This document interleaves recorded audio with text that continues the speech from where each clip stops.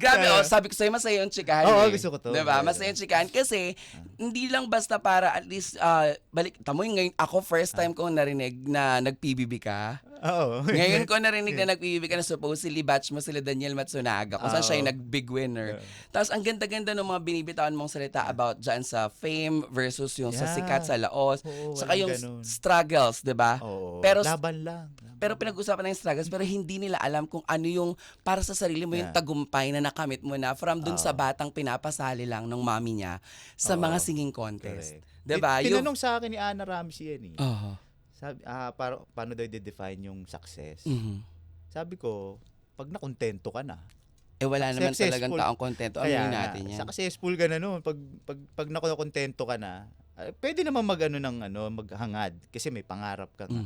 Pero pag parang laging mong parang chini-chase. Ay. So parang sakit sa ulo hanggang yan. hanggang mamatay ka na nun. Hindi ka na talaga. Hindi mo na makuha yung success. Hanggang nakuha mo na lang yung sakit talaga sa stress. Kasi 'di ba dapat you leave it to him, 'di ba? You surrender tapos do your thing. Darating talaga siya.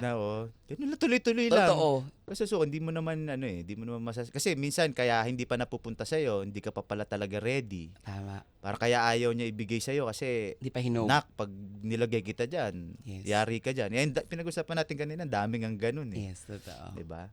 Pagdating doon, nagulat ka na lang, ay, ganun, siya, may negosyo noon, tapos ngayon ang bilis lang nangyari dahil nag-trending tapos bumagsak. Totoo. Daming napariwara. Kaya mas okay na. Napariwara?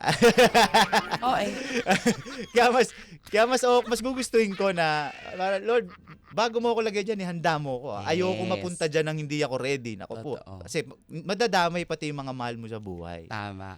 Makikita ka nila na stress ka, pagod na pagod ka. Totoo. Hindi naman yun yung version na gusto nila para sa iyo. Tama.